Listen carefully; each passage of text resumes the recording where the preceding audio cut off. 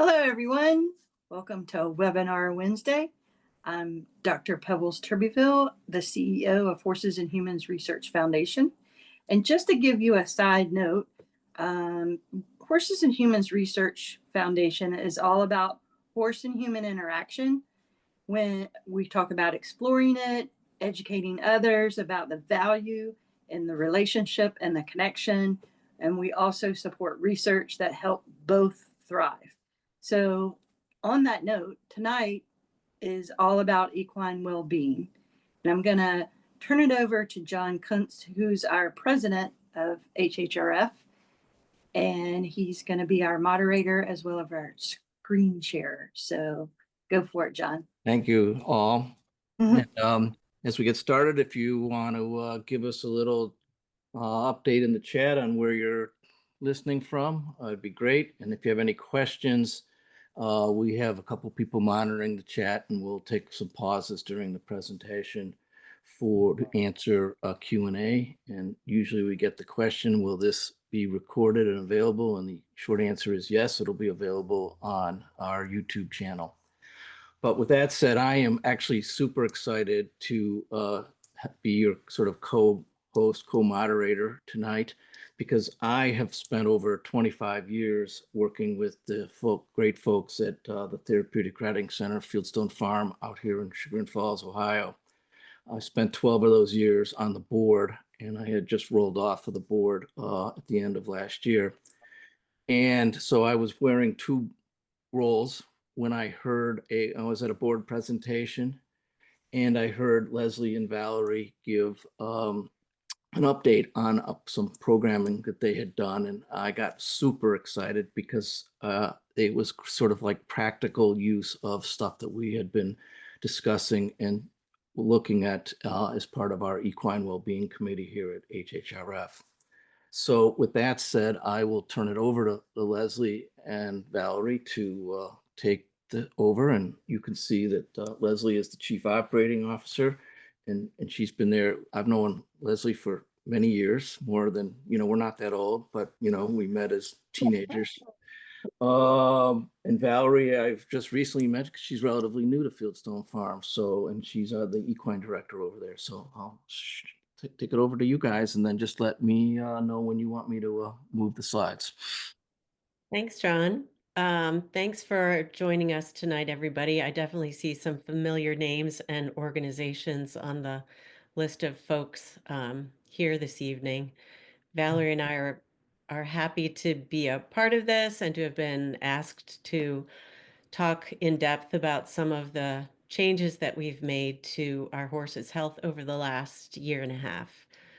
You can change the slide now, John, if you want. This is a picture of our facility. We are one of the largest therapeutic horsemanship centers for people with disabilities in the country. We're in Chagrin Falls, and we've been around since the late 70s. We started with 2 borrowed horses in someone's backyard and moving around to different leased properties. This facility was built in 97. And we serve close to 1,000 students and participants a year, anywhere from ages 4 to 90, with all sorts of abilities. They come to us from schools, senior centers, veterans, residences, the VA, and just individual families who find us to do a variety of different programming, primarily therapeutic or adaptive riding is primarily what we do. We also do adaptive carriage driving. We have a robust veterans program that Valorie heads up. We've got 2 cute miniature horses that go on the road to different centers and libraries to acquaint people with horses and reading and literacy. We just have a variety of things that we do. Summer camp, it's kind of a you name it, and we do it. We operate year round and 6 days a week. And About the school, Leslie, tell us about the school. Yeah, we have a partnership with a county organization that runs alternative school settings, high school settings for students who are not thriving in their home school district. And that partnership started in 2007. And it's an actual school there. We can take up to about 24, 22 kids. The county organization provides the principal and the teachers, the social worker, the job coaches. They do vocational education programming in the barn. They ride or carriage drive when we have room in our schedule. And it's just a really great partnership. It's a place that encourages the kids to come because not only do they get one-on-one help with behavioral issues or educational learnings, they get to be in a very unusual setting and go out into nature, go out to our pond and fish. If they're having a crisis, they come into the barn and talk to their favorite horse. We found that it's been very, very successful over the years. We have over 100 graduates from our Gateway High School. Thanks for reminding me of that. That's kind of the overview of us. We had an opportunity last year to take a step back and look at what we were doing in kind of all aspects of our horse care, because obviously they are the foundation of what we do. We can't be there without our horses. And Valerie's going to talk a little bit about kind of the overview of our sort of the demographics of our horses. Yeah. Good evening, everyone. Thanks for joining us. Yeah, so here at our farm at Fieldstone, we have a herd of 30 horses currently, and they range anywhere from 3 to 36 years old. When I joined Fieldstone, it was a new experience for me, number one being in the therapeutic world, but also dealing with a herd that was a much different demographic than what I was used to dealing with. I was a trainer and I dealt with horses that were young, horses that hadn't been saddle broke yet. And so coming to Fieldstone with an older herd, we currently have 6 horses that are 25 years and older. We have 8 horses that are ages 20 to 24. We have 15 horses that are ages 10 to 20. And then we have 1 horse that's under 5. She was actually born at the farm 3 years ago. Her name is Summer. Summer surprise, actually, because she wasn't expected. So coming into Fieldstone and dealing with horses that were such an older age group than what I was used to dealing with, I had to really step back and really look at things completely differently. Not being in the therapeutic world before, the horses have a much different job role than what I was used to dealing with. And so it really offered an opportunity for me to step in with fresh eyes and kind of really look at the organization and the horses' care in a completely different view and be like, okay, this is something new. What do these horses need so that they can be successful in their job? Because it's much different than the horses that, it's different than training a 5-year-old for the show ring versus having horses that carry students that have emotional and physical challenges. It's a much different role for them. And we want them to be happy. We want them to be willing to do their job. And we want them to be healthy as well. So this really, as Leslie mentioned, it offers us a great opportunity to really sit back and kind of just look at our whole equine program in general and really start to look at it and decide what can we change so that we can make our horses healthier and happier.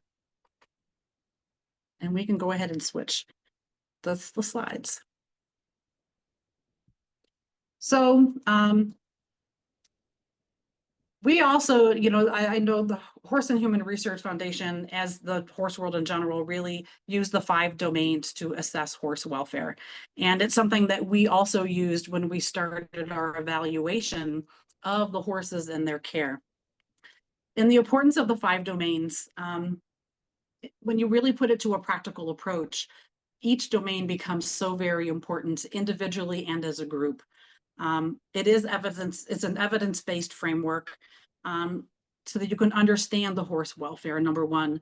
But it's also a very proactive approach. It's not putting fires out as they happen. It's looking at things before they happen so that your herd can be so much healthier. It has improved horse outcomes. And it also creates a much better relationship between the horses and the humans, so that it's a much better bond. The horses are happy to come and do their job and look forward to the humans coming to work with them every day, versus horses standing in the back of their stalls being turned away and saying, you know what, I choose not to work with you today. So really using the 5 domains and a practical approach really kind of changed the way our horses show up for work every day. I think we can go to the. Pebbles or John, do you guys have anything to add to that? Since I think that this is a big part of what you guys, or anybody on the Equine Welfare Committee want to speak to this? I'll just say we love what you're doing. I'm co-chair of the Equine Welfare Committee or Equine Wellbeing Committee with Molly, and I think it's really wonderful, and I'm just so glad that the word is being spread because it's so important. So, yeah. Great. Well, we're going to talk, our Yeah, we presentation agree. is based on each of these 5 domains. So that's how we're going to go through it. Valerie and I are going to talk about different slides, and then after each one of these domains, we'll pause for questions. Yeah. So we can probably go to the next slide, John, if you would. Yeah. This is actually one of our awesome barn team members. It is. So, when we started this process, we worked very, very closely with our veterinarian, and we started with nutrition first.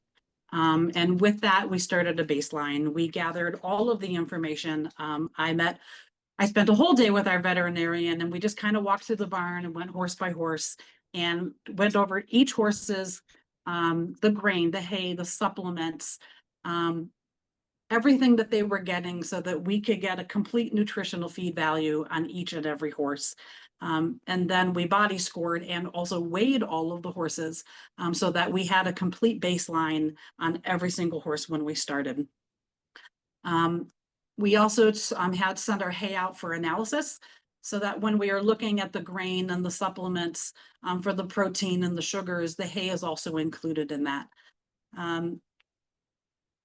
Throughout the process, which we took a very long time to do this nutrition changes for them, it took us 12 months to go, and every 3 months we re-rated the horses, we body scored them, and then the vet and I sat down and we went over each and every horse's nutrition, what their body, everything, so that we made changes gradually over 12 months, every 3 to 4 months, just so that the process was slow, so that it was still healthy for the horses. The horses, they didn't go off any of their feed because there weren't any sudden changes.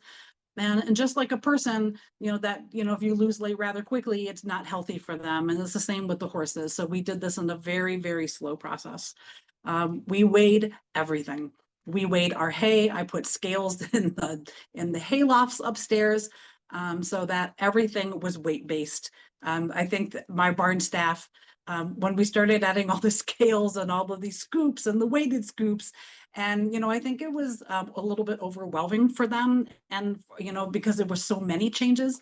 But as the barn staff and the program staff started seeing all of these positive changes in our horses, with their weights and their health, then they were like, okay, this is great. Like, how can we help now? And it didn't seem as tedious anymore, because you could really see the changes that were being made.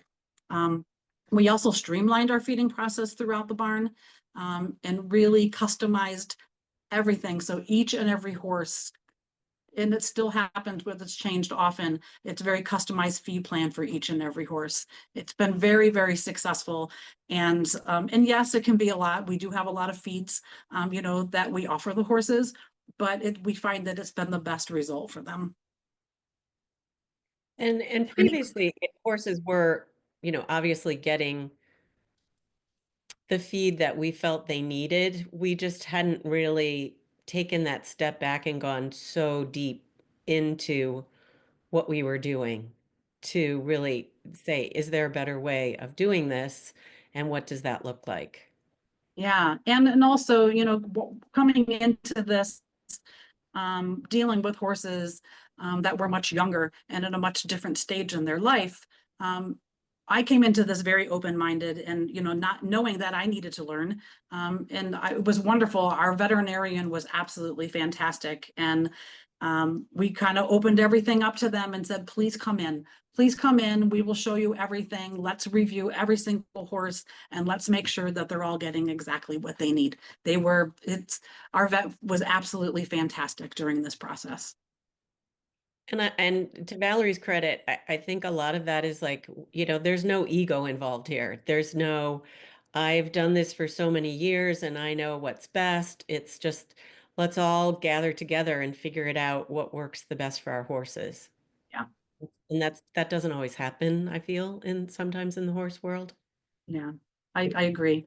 And let me jump in on that because that's what impressed me as a board member was, you know, Fieldstone had a great reputation and we as board felt you guys were always doing a great job. And then you come back and say, hey, I think we can do better, even though we think we're already doing pretty well. And like I said, that I just think is the culture that impressed me and why I wanted you to get on this webinar. You also, if I recall, the horses, if I remember, they all lost weight, right? They had did. very positive results as a result of this. And as a board member, I think our bills went down as well, which was also a real benefit that also I felt it was a positive impact to the budget. It was a positive impact to the budget. And yes, our horses, they lost weight, their top lines increased, their strength increased, their flexibility increased. All the changes that we made had such a positive impact on our horses, on their health and their bodies. And really, it was just an amazing thing. It was a really amazing thing to watch.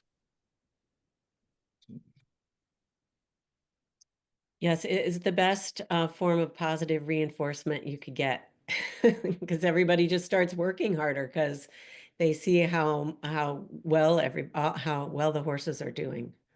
Yeah.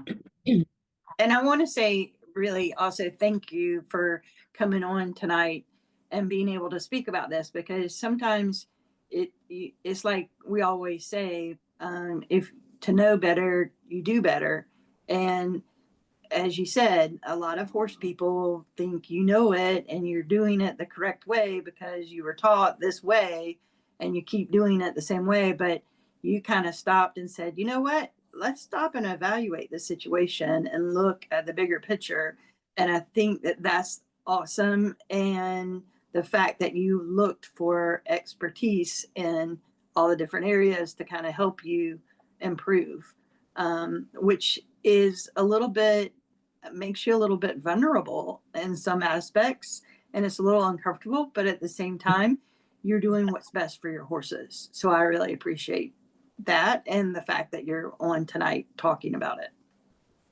Well, thank you for I mean, it does feel yeah, thank you. vulnerable at times. It was very vulnerable at times. You know, there were times, you know, when I would meet with the vet and, you know, we would discuss feed changes and we had just made changes and yet we're making more changes. And it was, but yet when you see the impact happening month after month and the horses were getting so much healthier, it made it easier to ask. It made it easier to say, hey, you know what? We made these changes and I'm not seeing the results that I was anticipating. What can we change? What do we need to change? You know, do we need to have a different hay? Do we need to feed cubes? Like, do we need to bring in a supplement? Do they need a fat supplement? I mean, it was a very eye-opening experience for me. And I, you know, and like you said, horse people are unique. They all think that they know what's best. And everybody else is wrong. And that's okay. That's just how horse people are. And to be able to say, you know, I don't know everything. And I'm okay saying that. And because that's why you bring the expert team in. You can't know it all. It's absolutely impossible. We should. Is- again, Is take it some time for questions. questions? Yeah, we got a couple questions. So there are two in the chat, and then I have a comment and a question as well, but let me read these first. So Kim asks, may I ask how many times a day you feed? Sure. So we grain twice a day. Our horses are currently all night turnout, so we grain them when they come in the morning, and then we grain them around 4 p.m.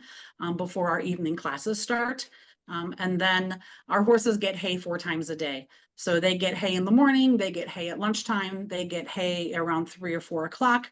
And then if they're in for the night, they get night hay. But currently they're on all night turnout, so they're on pasture all night long. Thank you. And then Sabra, I hope I'm pronouncing it correctly, is asking, how long did it take you to see a positive impact on budget?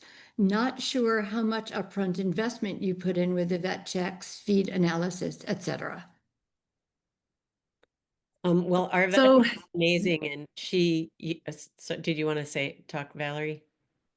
no, go ahead. We would get a massive spreadsheet back on late Sunday nights because she would work on Sundays on her own time and say, well, this is great, but you could tweak this here. And that went on, I don't know, 6 months, would you say? I think she updated those pretty regularly. I probably more like 8 months. Yeah, Okay. she did. Yeah. And And as far as like an impact, on savings, that took a while. I mean, I would say that we saw a significant impact in savings as far as hay and grain, probably after maybe in between 6 to 9 months. And we're still continuing to see improvements in our budget and our bottom line to this day, because we are still improving, what we're doing every quarter. We look at things and we review them every quarter. Right. And then I was going to bring up free choice forage, but I think you kind of answered it with, 4 hay feedings a day and out night, so it sounds like they pretty much have full-time access to forage. Is that accurate for most of your horses? Wonderful. It is, And then- although so I will note that some of the horses, and this was something interesting when, when we were actually weighing the hay, the vet was very specific. This horse gets, 25 pounds of hay. And so you take those 25 pounds and you split them up, so that throughout the day, so they have hay in front of them all day long, but some of the horses, the goal was for them to lose a significant amount of weight. So, it was definitely a process throughout the day to make sure that we could have hay in front of them, but yet they didn't go more than that 25 pounds. Wonderful. And then my other point, and I was just so pleased to hear you mention their top lines. My mentor, who has passed away sadly, was probably the top equine nutritionist in the country and perhaps the world. And he wrote the only chapter on applied equine nutrition that most equine vets ever study in vet school. He developed the top line evaluation scoring system. And it is just so incredibly valuable because you guys all know this, I'm preaching to the choir here, but the body condition score just measures fat, right? And the top line score measures the muscling. And so just a suggestion, because I think you're doing a spectacular job, there's no criticism at all here, but that if you'd want to add the top line evaluation scoring to your processes might be useful. Absolutely, I agree. Right, thank you. yeah, especially with aging horses who are not in competition, some of them don't get ridden by accomplished riders for various reasons. So yeah. Yeah, thank you. Excellent. Go And on. also one other thing on this, because I know that some of the people on here are also equine assisted service centers. We have volunteers, we can't do what we do without volunteers. And a lot of the volunteers are horse people. And if you're looking at some chubby little ponies that we had that needed to lose weight and maybe they race through their hay and don't have any, we tried to do our best at communication with the volunteers as staff is obvious, but with volunteers and explaining what we were doing and why. And I think that that's important too, to have them share in the knowledge of what's going on. Next. One quickie one. So for that, where you're limiting the consumption, do you use any kind of a slow feeder or anything? You have the, We do. yeah, those little hay bag, they're hay, what do you Pillows. call them? Pillows? Oh yeah, Oh, hay hay pillows. pillows. Oh, hay pillows. Yeah, we use hay pillows. For the the two minis, And they all get of our ponies. and then Yeah. some of the And I just want to ask Mary Lee, she wanted a link to the top line evaluation score. I can send that to you because I don't want to interrupt this webinar, but if you want to put your email, I can mail you something. Cool. All right. Okay. Let's keep moving. Next. Yep.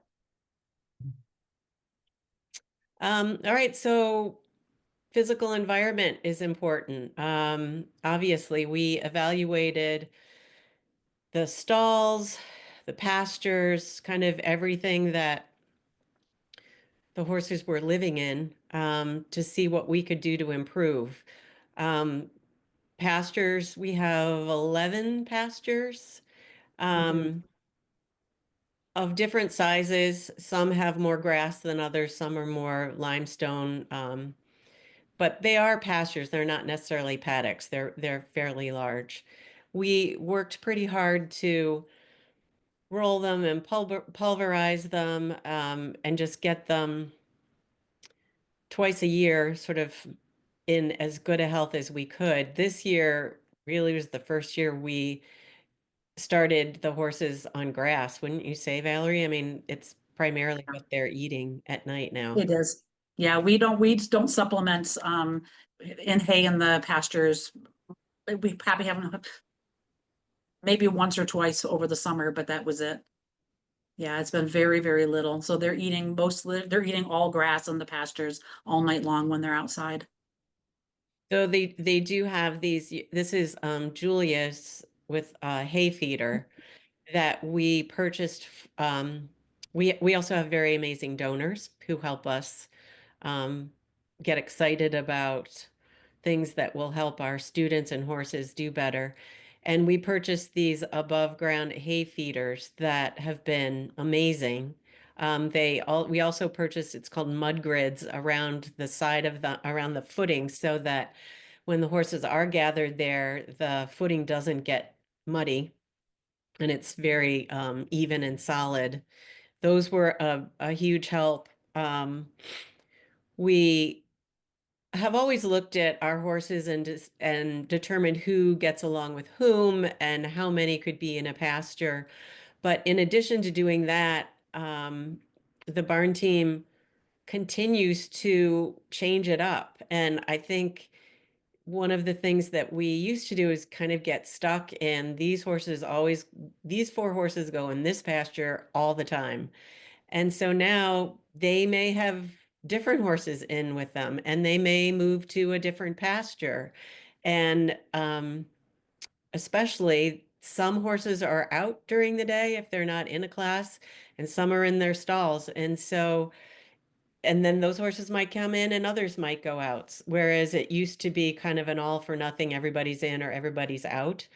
And now we'll talk about it later on, but just the flexibility of our horses to sort of take everything in stride now has really been a significant change that we've noticed. Develop more efficient systems in the barn. We did reduce the number of feeds that we do per day. Valerie mentioned that. We changed how we water horses. It was kind of labor intensive what we did, and it was hard on our barn team. So we changed how we do that. We've got like a mixer on the hydrant so that the water temperature stays consistent. So it's not kind of, if I'm watering, I might put more hot water in than Valerie would put in. So that takes that sort of inconsistency out of the picture. we changed how we set up the feed cart. We really looked at everything and got the input from the barn team as well as to what was frustrating to them and what took them too long and what would they like to see changed. And that's, as everybody knows, that's a game changer when you get everybody who's down in the weeds together to make suggestions.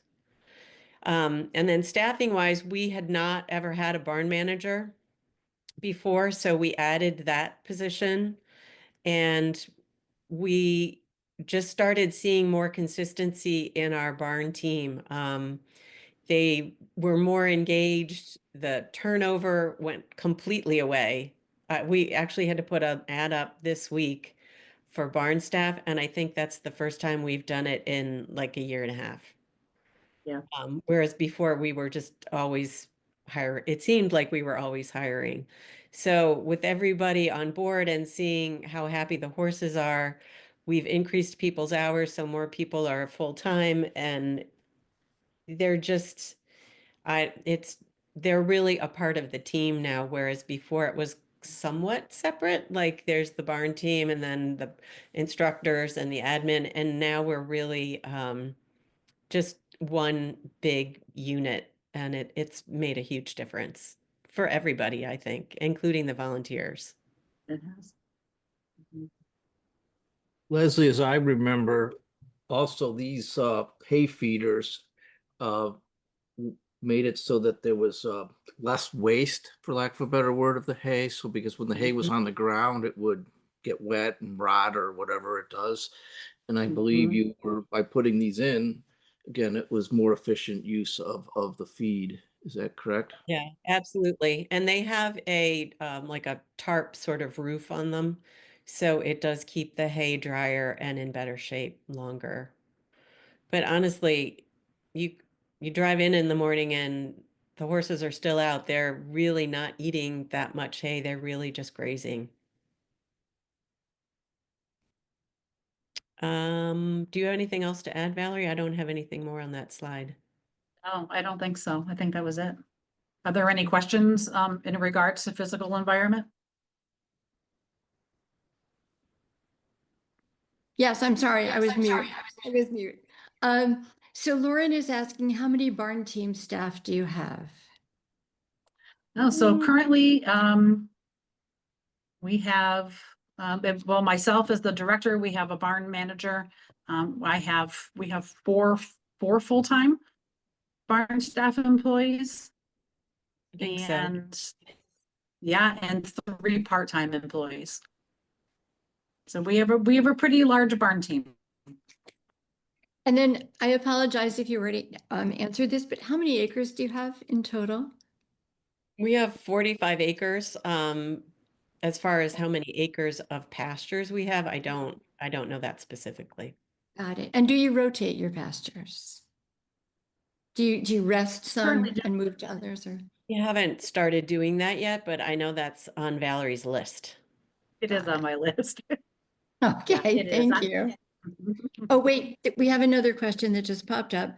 So Kim is asking, do you have dry lots? And what is the water temperature that you use? We do have a dry- couple of dry lots that You go ahead. for some of the ponies. That can't be on grass. I don't know that I know the actual water temperature that we would use. We don't test that. Warm. But yeah, warm. Describe it, Yeah. maybe lukewarm, would you say, or? Yeah, probably lukewarm is what we give them lukewarm water pretty much year round. They seem to, they like to drink lukewarm water better than especially in the winter time. In the winter time, it is a little bit warmer, and it encourages them to drink so much more water. That brings up another question for me. So outside in the pastures, do you have water tanks? And then how do you control temperature there? Or do you? Yeah, we do have water tanks outside, and then each of the water tanks have a heater in them. So that it does not freeze in the wintertime. And it doesn't keep the water warm, but it does keep it in the wintertime so it doesn't freeze. Thank you. We are in Northeast Ohio where it gets nice and cold in the winter and we get a lot of snow. Yeah. Okay, I think we're ready for the next slide. Sure. So this one is pretty much of the next, what next domain is the health. And this is really has all of the aspects of their care. We've talked about the nutrition already. We've talked about the physical environment. This is really individualized for the horses. Number one is that we created is each horse in the program has a complete exercise and training program based on what they're capable of doing, what their job is, and their age. Some of them have very little exercise, outside of class. My dogs are wrestling in the background over here. And then some of our younger horses, that need to build their top line, they get lunged and ridden 4 to 5 times a week, versus maybe one that's 25 years old. He may get hand walked outside, or hand walked over some poles. But each horse does get a very individualized training program for them. One of the other things, when all of this was happening, we were talking about the top line, and it's so important because as the horses' top lines changed, we were doing an awful lot of saddle fitting. When we first started, we evaluated all of the horses. We went through all of the saddles, and that was a lot because when you have 30, I think at the time we had 36 horses, and each of the horses probably had 8 to 10 saddles on their chart. It took months for us to get through all of the horses and do all the saddles. But then as they were getting healthier and as their top lines were increasing, probably every month we were doing maybe 15 to 20 horses and refitting their saddles. And we were just listening to the horses. Because That's as the freaking too much. horses, I ain't doing my horse's saddle as every we were, freaking as month. they're, Oh, we do a lot of saddle fitting at Fieldstone. Carson, can you please mute? Thank you. We ask our horses to do a lot at Fieldstone. They carry riders that are unbalanced. It is really important for those saddles to fit. It's probably, in my opinion, when it comes to this portion, saddle fit is probably the most important thing that we changed. That really created an environment for our horses where they were willing to work. Horses where the saddle doesn't fit and they're in pain, they're not going to want to work. And then they can't do their job, and creates pain for them. And so it's very, very important. One of the other things that we improved was communication between our vet and farrier. So we were doing a lot more x-rays, we were making sure the angles were correct. And again, really to improve, our horses' feet. And as we changed the horses' feet and they became healthier, their feet became healthier as well. Their feet were growing. We had so much new foot growth. A lot of the horses, as their hoof health continued, we were able to eliminate some of the shoes. So a lot of the horses can go barefoot. So that really has been a very beneficial change for our horses. As Leslie had mentioned earlier, we really increased the turnout for our horses, both individually and in groups.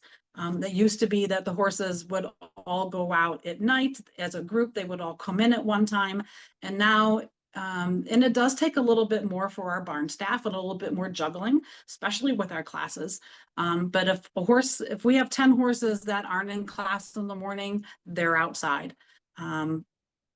They come in for their class and sometimes they can go back out again. And they may only go out in, 1 or 2 at a time, but it's really been, it's been great for them to have so much turnout. It reduces their stress levels. And when they come back in, they're willing to work again. One of the other things that we incorporate is alternative therapies and care. We are very fortunate that we have a MagnaWave machine on site at our facility. And so we have a schedule where all of the horses get MagnaWaved a minimum of twice a month. And then if one of the horses has an injury or we have pain, we will use the MagnaWave for treatment. And what we really use the MagnaWave for, at least more recently, is that if you have a horse that's showing they're communicating with you that maybe they're experiencing some pain somewhere. We then use the MagnaWave kind of as a searching, and you can kind of scan their body. And if you are paying attention, the horses will tell you exactly where they're experiencing some pain. So it helps us to communicate more with our vet that while this horse is having some pain in their hock, what can we do to improve that? This horse is having pain in their back, right where the saddle fits, this when their knees are hurting. So they really communicate with us to tell us what's, where things are bothering them. Another aspect of our care is we have what's called an equine management team. And it is made up of volunteers. They come every Wednesday, and they are there from 12:30 until 2:30 every Wednesday, and they volunteer their time. And we provide training for them, and they help us to train the horses. They provide horse care. Like today, for instance, we went through the barn. We remeasured all the horses for their blankets. We refitted all of the blankets, lined them all up because in Ohio, winter is coming really, really quickly. So we want to make sure that we're prepared for that. And they are a huge part of our horse care team. And they love handling the horses. They love being a part of our team. It's a really special group of people. They really put a lot of time and effort into our horse care. And then the other program that we have is the Horse Buddies program. And again, this is for volunteers. And some of the horses can have 2 or 3 horse buddies where the volunteers can come in on their time. They spend time with the horses in the cross ties. They may groom, they may hand graze, they may give the horses baths. And it gives the horses it creates an opportunity for them to have a little bit more one-on-one personal time and create that bond and relationship because we have so many students that come in and out during the day that it's really important for the horse to have that one-on-one human bond with just one person. They love their horse buddy time. And I don't know who loves it more, the horses or the volunteers, honestly. The volunteers, they become so attached to those horses during that time. It's wonderful to see. We also integrate, we have a chiropractor that comes out to the farm. We do massage therapy for our horses. And we joke about this, Leslie and I were talking about this because I'm a huge fan of using poultices.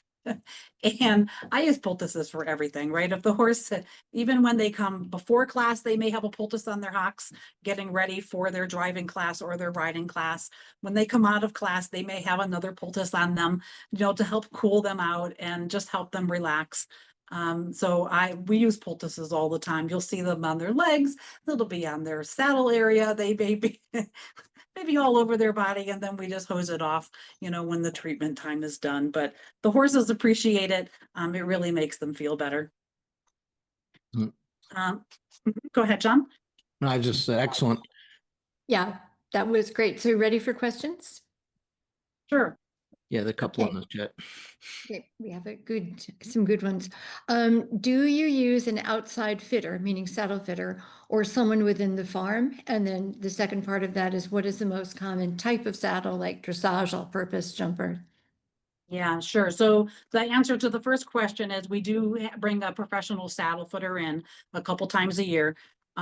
We do have, I would say 4 or 5 of our equine management team that are trained by this professional saddle fitter, so that they are the ones doing the saddle fittings. And on a Wednesday, we can do up to 5 horses every Wednesday, with our EMT team. And then if we have a question of a horse that's difficult to fit, or we just are having a hard time fitting a saddle, finding the right one, we'll bring that professional saddle fitter back in to assist us with that. And then the second part of that question is, it depends on the horse, right? Whether we use all-purpose saddle or dressage, because, depending on where the shoulder angle is or how long the back is, really depends on what saddle fits. And that was one of the things I think that when we started bringing in the professional fitter to work with our team, they were like, oh, well, this horse, we need a dressage saddle and we need an 18-inch for the rider. Well, if you really look at the logistics of that, the horse's back may not be long enough to support an 18-inch saddle. So we look at all aspects of that. So we do use all purpose. We do use dressage saddles. We also we have treeless saddles that we use for the horses that are very hard to fit. We have hoop saddles. And then for the horses because we do have a few that are very, very difficult to fit, we use bareback pads. So that there is sometimes it's both for the benefit of the rider and the horse to use a bareback pad because of the therapeutic environment that we're in. So you have to look at that aspect as well. I think we have, because I just recounted, we have 65 saddles in our tack room. And we have all 65 saddles we currently have 20 horses that are being ridden in the program. So that's how many saddles that we have for our horses. Yeah. So the other question we have is, who does the schooling? Wait, it just flipped. Who does the schooling, training, and/or conditioning, staff, volunteers? And is there a skill check that the person has to pass first? So I oversee the training program of all of the horses, and that is only done by myself or barn staff. We do, and barn staff would include the instructors as we integrate them into the training program as well. The horses are ridden, they're lunged, they're line driven, they're round penned. We try to have a very diverse training program for them to keep them interested in the training. You don't want to just focus on one aspect of that because they get bored very quickly, and you're using different muscles with each different type of training. So yeah, it is staff only. We do not, the volunteers will handle the horses and clean the horses through the mounting area, or getting them used to some of the props that we use in classes, but they don't actually do the hands-on training. Thanks. I'm sorry I didn't mention the names of the prior two questioners, but I'm going to start again now. So Kate is asking, how many participants do you have weekly, and what is the average horse workload daily? We have about 150 students in the afternoons and evenings.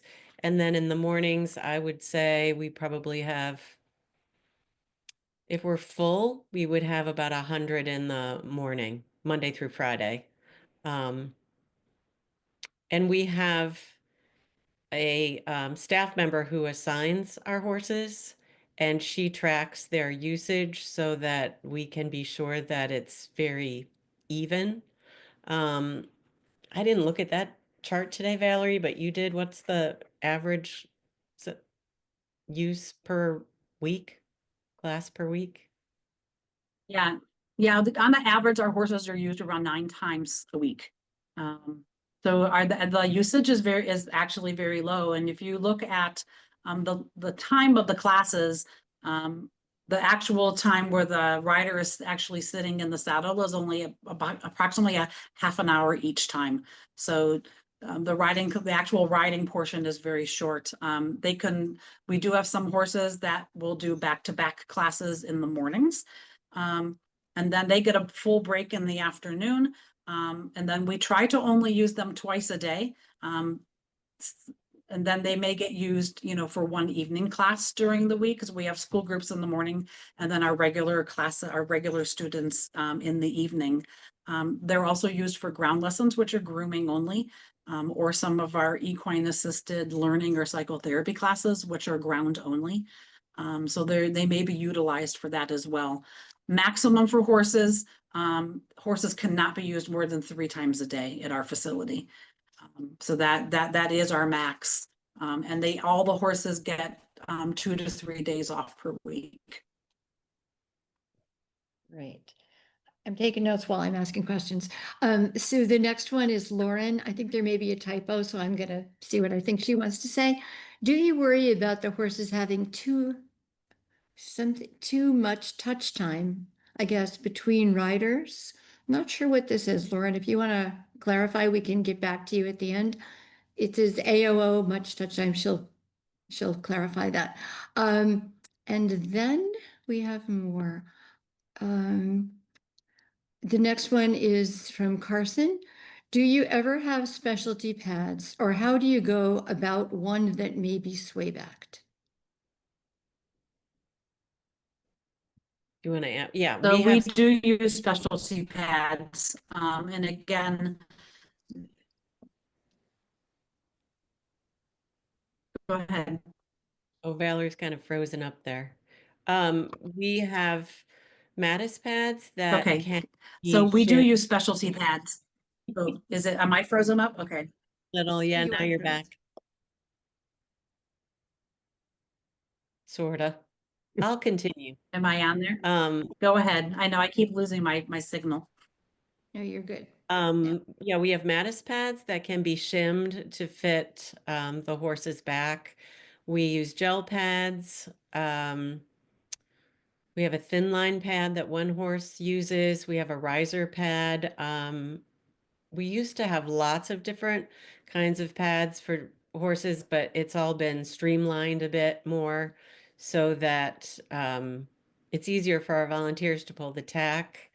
If we have, like on Thursday nights, we have 6 classes, all between 4:30 and 6:30, 7 o'clock. So um, it does get a little complicated when we're pulling tack and setting it out, but I would say the gel pads have been a huge help. Um, and some of the horses don't even use the Mattis pad, they just use the gel pad. So it's really depends on the saddle and the horse. Great. And then Lauren clarified, so she said, do you worry about the horses having too much touch time between riders, volunteers, staff, etc.? Does that mean too much I handling? think handling is why That's Um, no, I guess the answer is no. I think that is one of the aspects of being a therapy horse, at least at Fieldstone. And that's something that gets evaluated during the trial horse process when horses are coming in and with us for 6 to 8 weeks while we figure out if they like their new job and if we like them at their new job. So it's a major culture change for a lot of horses who come from a single owner and a smaller barn to have be handled by so many volunteers in a day. But we also do a ton of volunteer training so that as much as we can control, the handling is consistent. Great. And then my question is, do you have weight limits for each horse and how do you determine that? We do have weight limits. yeah. Am Um, I on here? Yep. Yes. How is it determined? Have I lost? Can you guys hear? There, I think you can hear me now. Okay, yes, we do determine, and again, it has to do with the horse's age and their body condition as well. We use a 20%, of the horse's body weight, to start with the starting point on that. We're very fortunate that we have an actual scale, on site where we weigh the horses at a minimum of every quarter. So I know exactly what their weights are. So we start at 20%, and then we go from there based on what their age is, if they are sway backed, if they're having any other health issues. So yeah, that's definitely a factor, when we determine what their weight is. Our maximum weight for our program is 180 pounds. So no rider over 180 pounds can ride. All right. We're sort of running out of time, so let's we'll keep moving, and hopefully those that can stay we'll probably go over a little bit, but it's been great discussion. Thank you. We can speed it up a little bit. Yep. The last few slides are kind of more of a summary anyway. We just feel, I think we've been saying that all along, that our herd is happier and healthier. They're stronger, they're more flexible, they're choosing to work, they're less stressed. And this is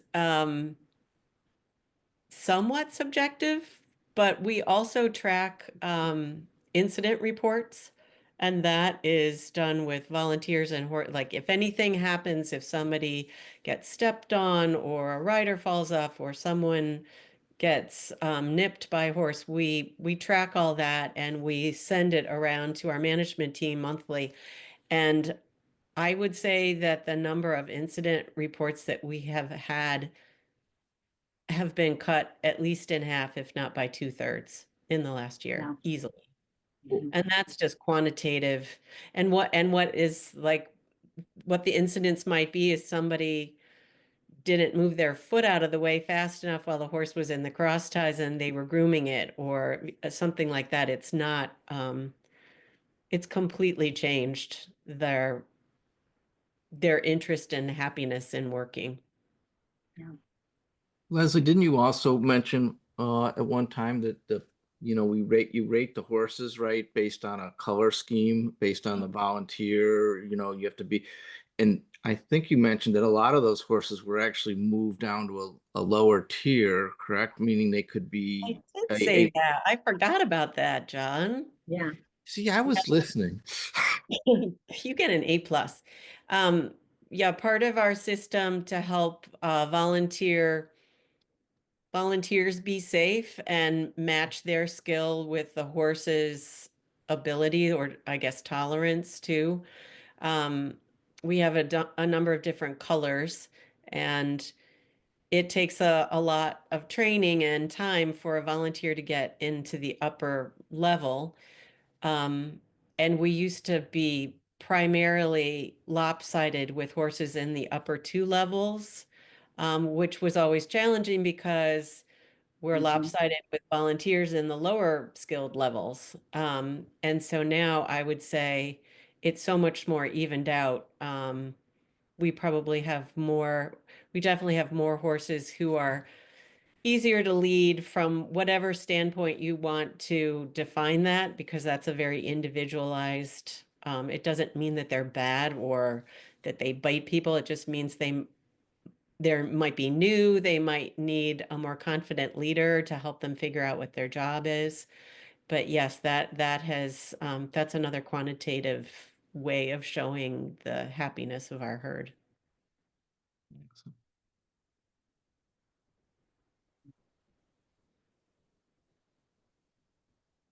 All right, so let's talk about behavior a little bit here.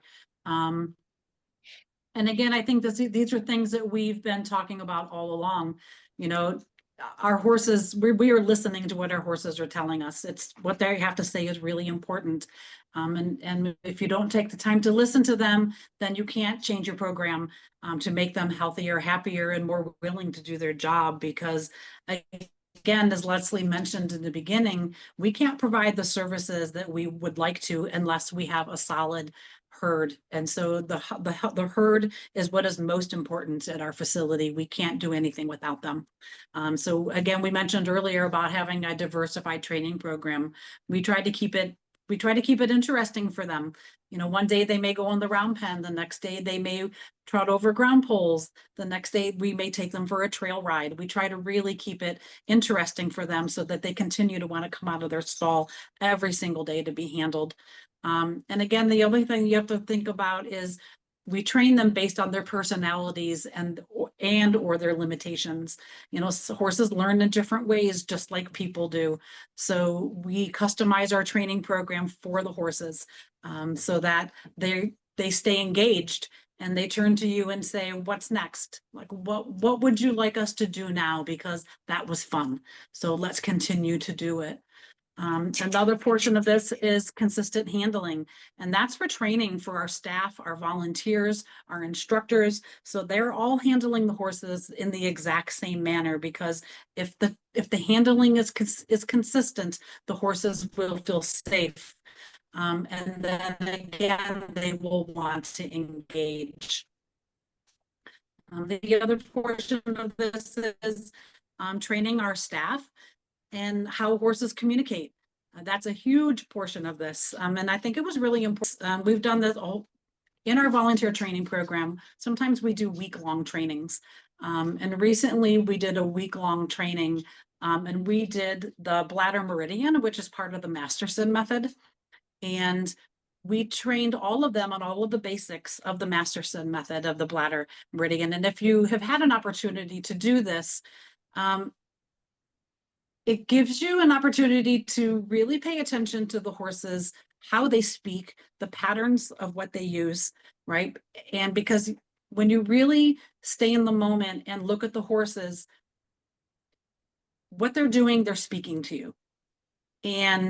But you have to learn what they're saying, right? And so we teach that to our volunteers so that if they're standing in the mounting area and they're handling a horse, and I think it used to be people like, oh my God, he's not standing still. He's being so bad. He's not being bad. He's telling you something.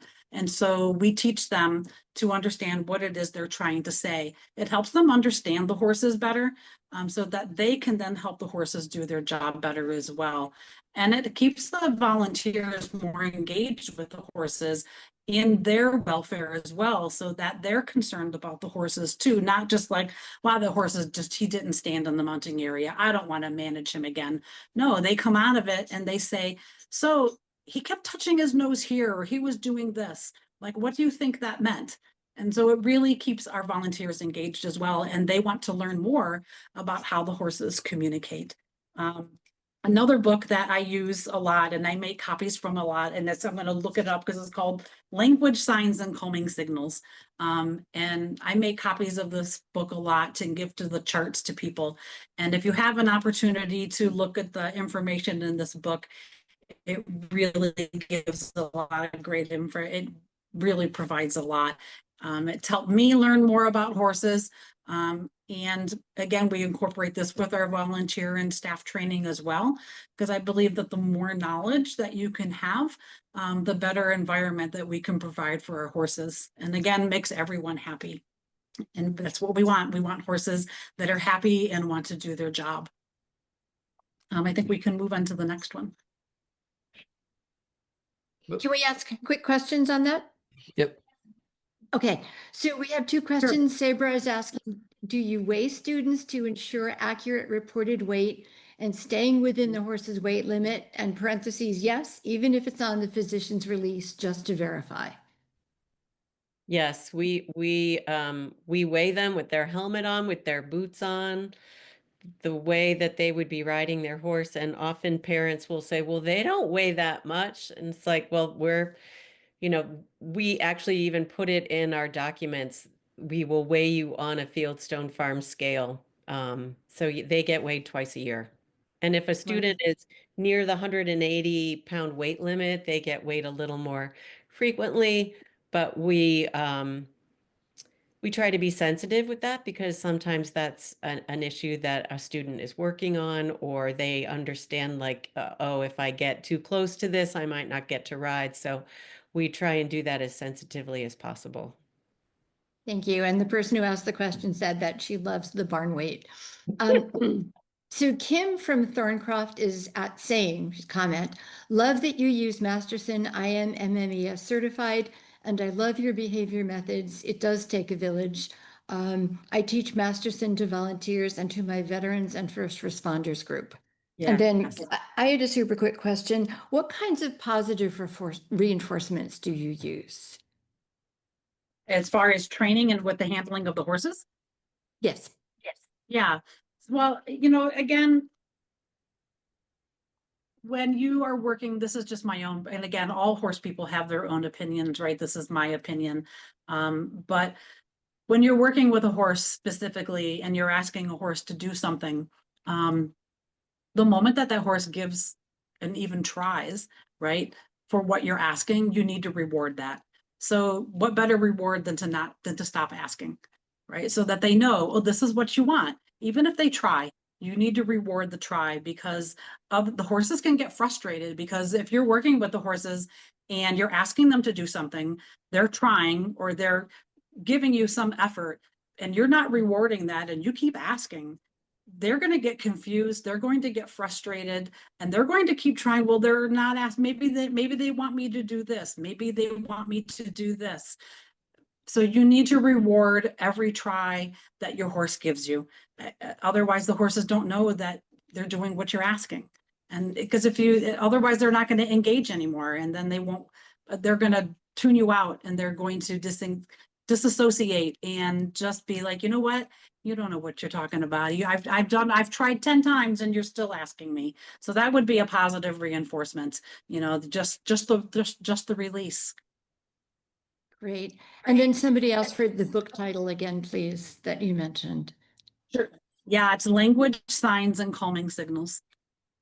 And Thank we you. can put some of these references into the show notes when we post this up on our YouTube channel. So if anybody wants to go back for a refresher on it, we'll put the names and the links in. I think this comes to the end of our actually the domain-based presentation, but we did want to add a little addendum to the program tonight. So those of you that need to drop, we understand it, but those of you that got a few minutes to stick around, I think Leslie and Valorie wanted to talk a little bit about some of the back-end technologies they're using to help support all of the things they've been talking about today. And so we have a couple of screenshots that they'll share with you on that technology or that software application that they're using. Can I ask one more question from Lori Ranker? She's asking, can you share a story or observation of something that really made a difference for a particular horse? Maybe even something that surprised you, something that made the entire process important.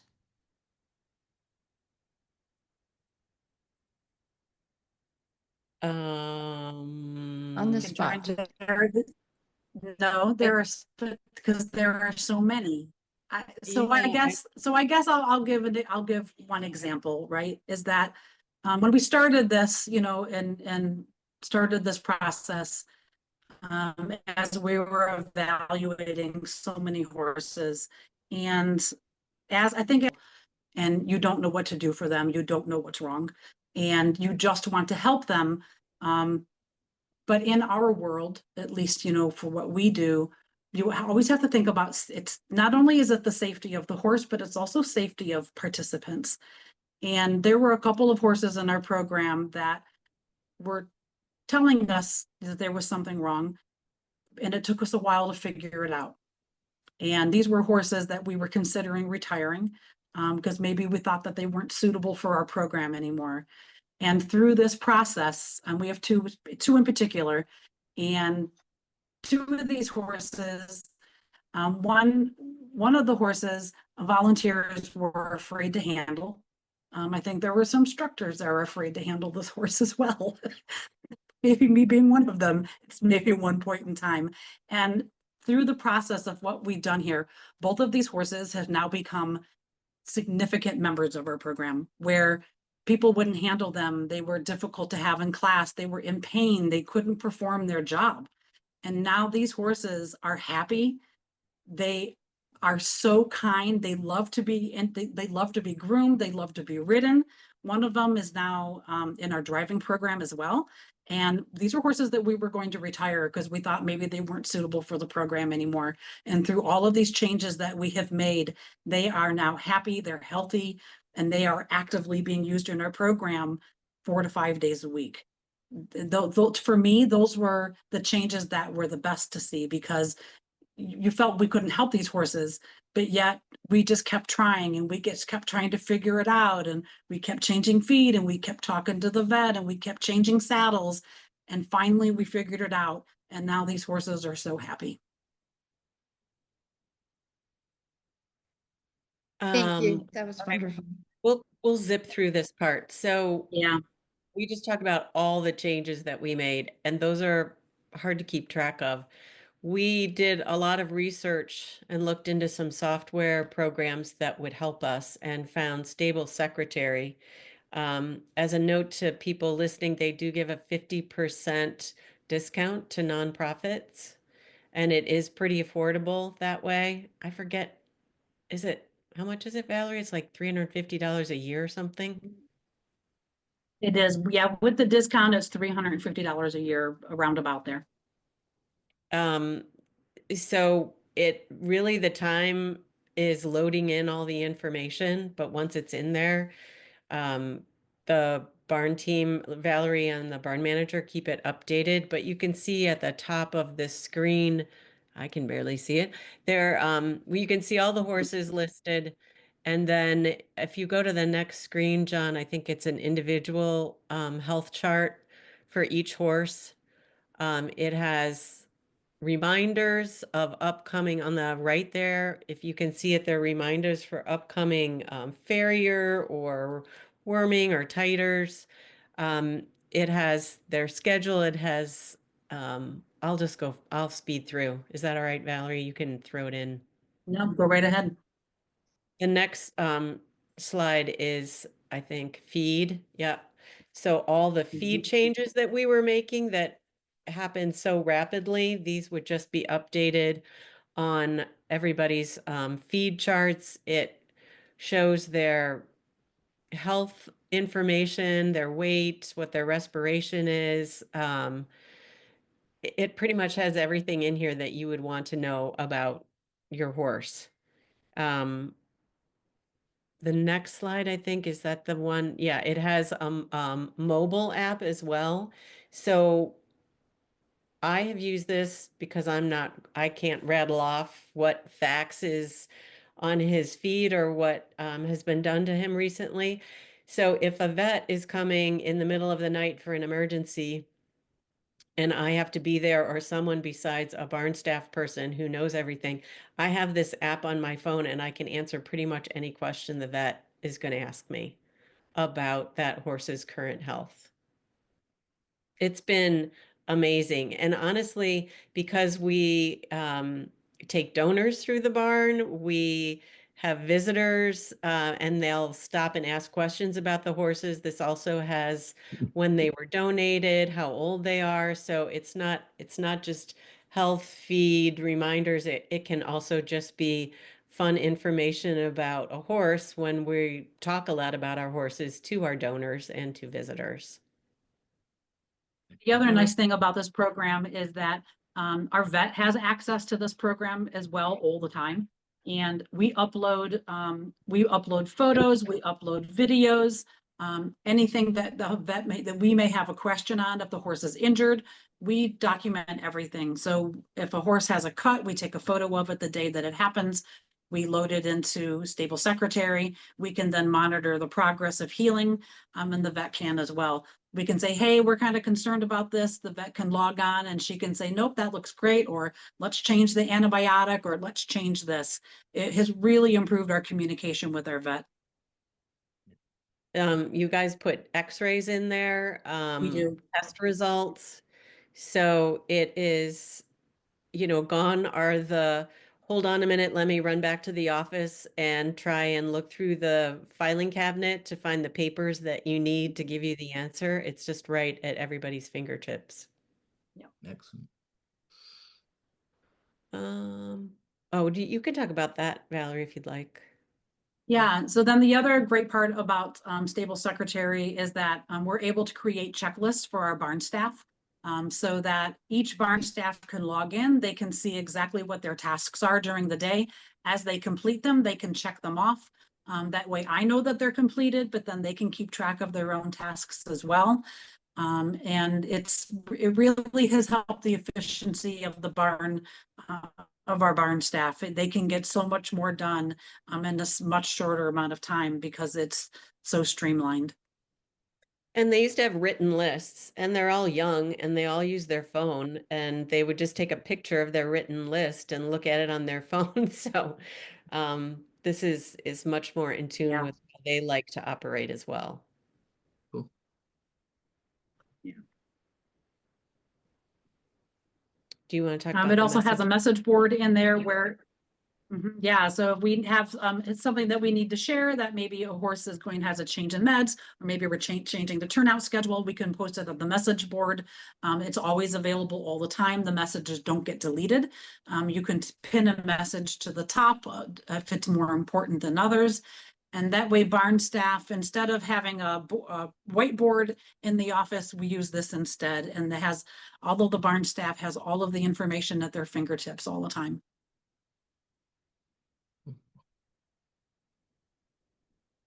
And I think that's it, right? Is this last chart? Mhm. Yeah. And this Kind is of- just what we learned, right? This was what we learned during this whole process. And I think the one at the top is the most important. Like, listen to what the horses are telling you. They rely on us not just to survive, but to thrive. Um, and the other part is put together a good team. I think that's something that we learned in the very beginning, and then let them help. If you don't allow your team to help, we accomplished so much in such a short amount of time because we put together such a good team, and then we let everybody help out in every aspect. And the other part of it, and I think this is hard for some people, it's okay if you don't know the answer. There are a lot of times in the past 2 years when I've been like, you know what? I have never experienced this before, and I need to ask somebody because I just don't know the answer. And always remain curious and be willing to learn. I think those were our key takeaways. So I think that is actually the last one is what I love about actually working with HHRF as well as working with Fieldstone, and I want to just thank you guys for coming on and spending some time. I want to thank the audience for sticking around a little later than we had, but that was good discussions and great questions. Pebbles, I think you wanted to pop in here and sort of wrap this thing up, correct? Yes, I have it. I do have a question for you that's kind of on the spot, but um, can you talk about the savings? Because I know that you went into this about the horses and making sure that they were healthy and happy, which is great, and that should be the priority. But what happened on the backside? Yeah, I mean, we really started noticing towards, I would say, fourth quarter of last year that we had always needed to explain at board meetings why we were over budget in our horse expenses, despite our best annual guesses at what we would be spending. And we found ourselves explaining why we were under budget for the first time, which was a delightful change. Um, and it really, a lot of it had to do with the hay and the feed. We did pinpoint some areas where hay, especially, was kind of being wasted.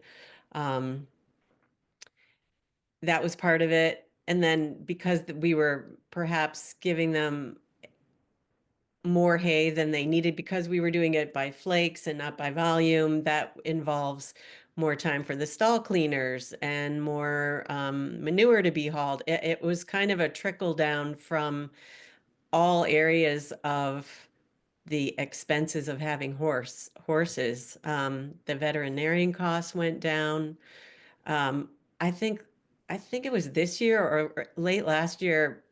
Valerie was like, "Well, they're off for a few days because they have an abscess." And I thought, I mean, we used to have abscesses in horses frequently, and I'm like, I haven't heard that word in quite some time.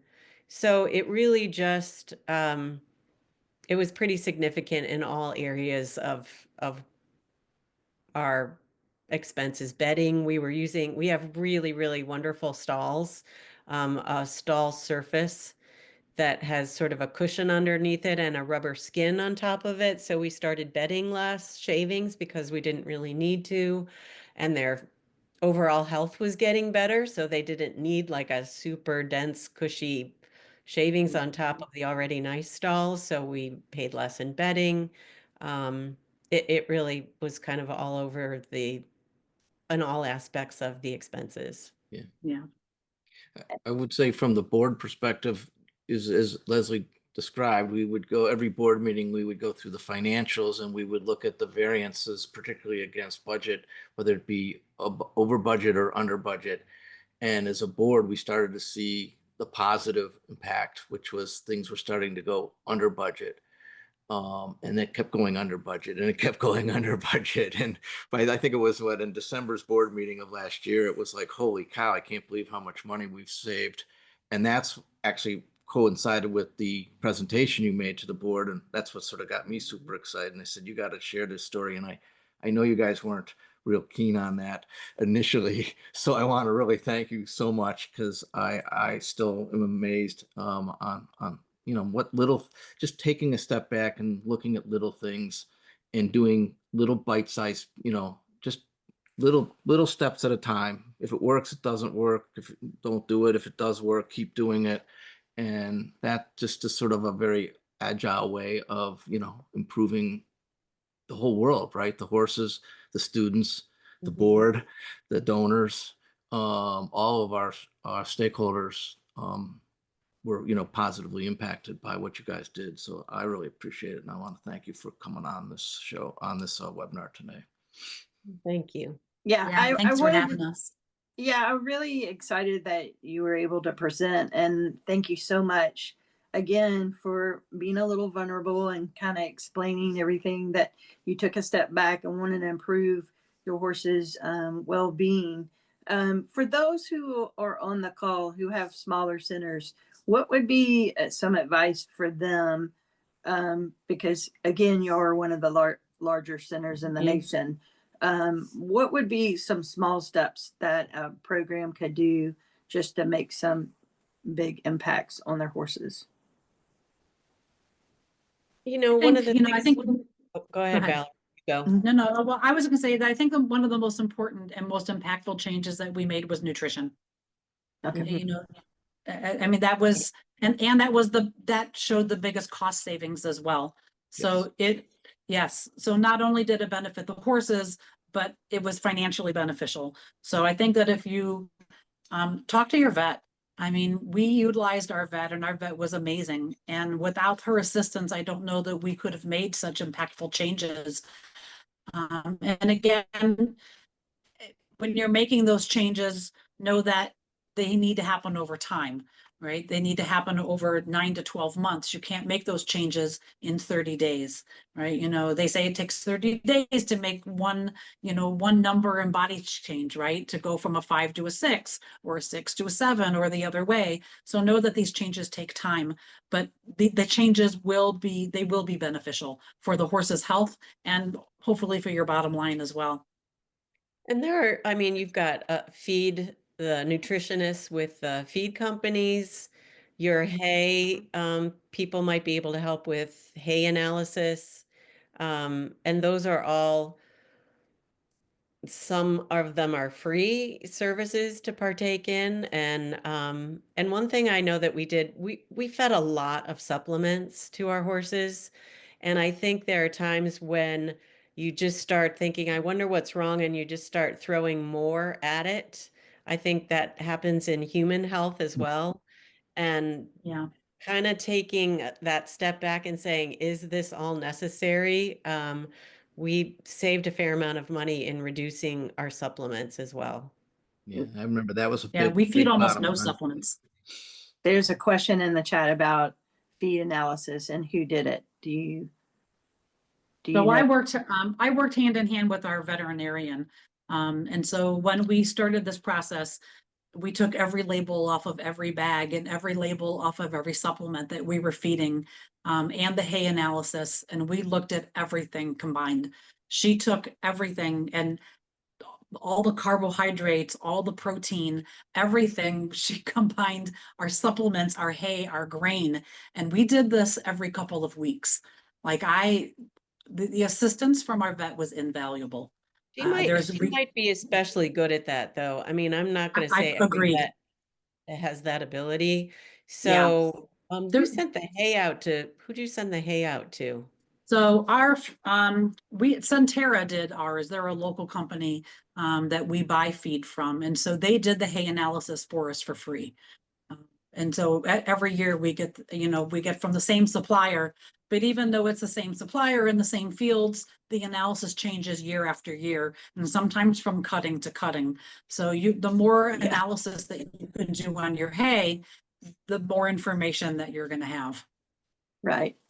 And we could do a whole thing on feed supplements and a whole webinar on that. Right. So yeah. You could. But again, I really appreciate both of you coming on today and speaking about this, and really talking about the 5 domains, because I think implementing that, and that's going back to the research and what Dr. David Mahler had, wrote with others about how we really need to help horses. And it's really about all animals. It's not just horses. So again, thank you so much for being on here. And I'm going to stop the recording.